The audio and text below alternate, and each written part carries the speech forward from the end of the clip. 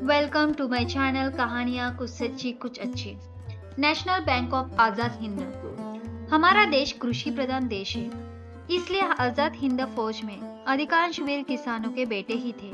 लेकिन इतनी बड़ी नवनिर्मित फौज के लिए धन का प्रबंध करना बेहद मुश्किल कार्य था और इस कार्य के लिए जो योगदान भारत के व्यापारिक वर्ग ने दिया यह अतुलनीय है। आप जानते ही हैं कि 21 अक्टूबर 1943 को सुभाष चंद्र बोस ने सिंगापुर में आजाद भारत की अस्थायी सरकार की घोषणा की थी। जापान, जर्मनी, इटली, चीन आदि विभिन्न देशों की सरकारों ने आजाद हिंद सरकार की स्वतंत्र सत्ता को एकमत स्वीकार किया। इस सरकार ने अपनी मुद्रा का भी प्रकाशन किया। धन और उपहार नेताजी के पास सिंगापुर में निरंतर पहुंच रहे थे। फिर भी नेताजी सुभाष इससे संतुष्ट नहीं थे। उन्होंने इसके लिए संपन्न भारतीय व्यापारियों के पास विशेष अपील की और कहा, इन स्वयंसेवकों को देखो जो आजाद हिंद फौज में भर्ती हुए हैं और आवश्यक ट्रेनिंग प्राप्त कर रहे हैं। वे नहीं जानते कि उनमें कितने स्वाधीन भारत को देखने के लिए जीवित रहेंगे। वे तो एक ही विचार से प्रेरित हो रहे हैं कि देश के लिए उन्हें अपने रक्त का आखिरी बूंद बहाना है। वे तो स्वतंत्र भारत में पहुंचने या उसी प्रयत्न में मार्ग में मर जाने के लिए प्रस्तुत हो रहे हैं।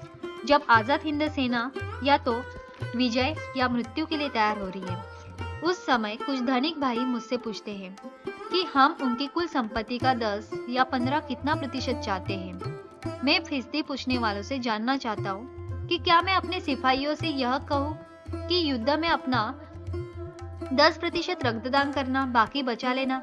गरीब स्वेच्छा से और उत्साह के साथ अपना सर्वस्व देने के लिए आगे आ रहे हैं। साधारण श्रेणी के भारतवासी जैसे जमादार, धोबी, नाई, छोटे दुकानदार और ग्वाले अपना सर्वस्व के साथ आगे बढ़ रहे हैं। उनमें बहुतेरे अपना सर्वस्व देने के बाद सिपाहियों में भर्ती भी हो रहे हैं। बहुत से गरीब अपना नकद पैसा देने के बाद सेविंग बैंक की किताबें भी दे रहे हैं, जिनमें इनकी जीवन भर की कमाई संचित है। क्या मलाया के धनी भारतीयों में ऐसे लोग नहीं हैं जो इसे उत्साह से आगे आए और कहे यह हमारी बैंक की किताब है।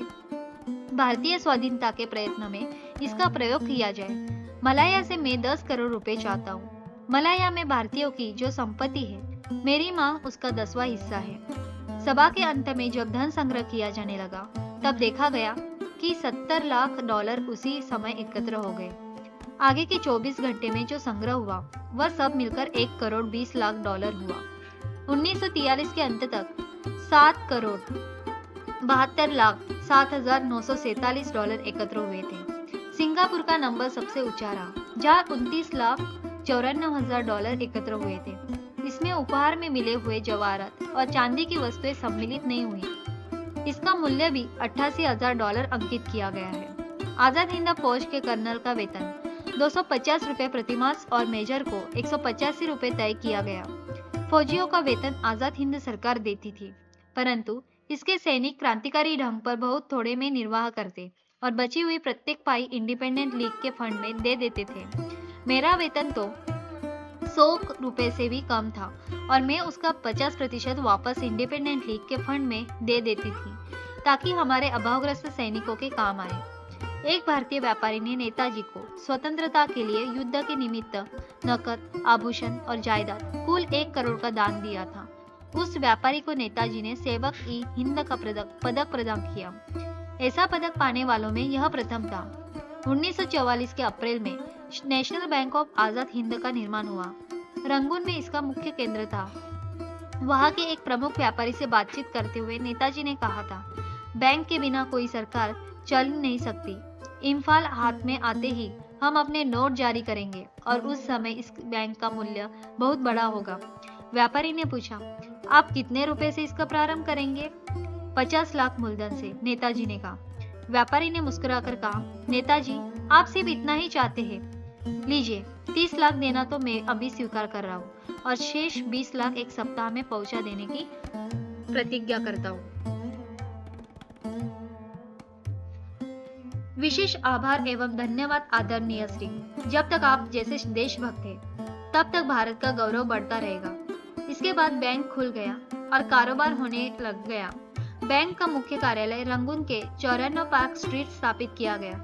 बैंक से 50 लाख के शेयर जारी किए गए थे, जिनमें 25 लाख विक्रय मूलधन था। बैंक निदेशक श्री दीनानाथ जैसे महान देशभक्तों ने अपनी निजी धन संपत्ति भी बैंक में जमा की। शेयर होल्डरों ने बैंक में 50 लाख रुपए जमा कराए थे। बर्मा में प्रचलित रजिस्ट्री कानून के अनुसार यह रजिस्टर कराया गया था। जनता ने इसका स्वागत किया और उसकी साख इतनी बढ़ गई कि 3 स्थानों में इसकी शाखाएं खुल गई और स्थानों में खोलने की मांग थी। इस बैंक ने 10 रुपए के सिक्के से लेकर 1 लाख रुपए तक का नोट जारी किया था। 1 लाख रुपए के नोट पर नेताजी सुभाष चंद्र बोस की तस्वीर छपी थी।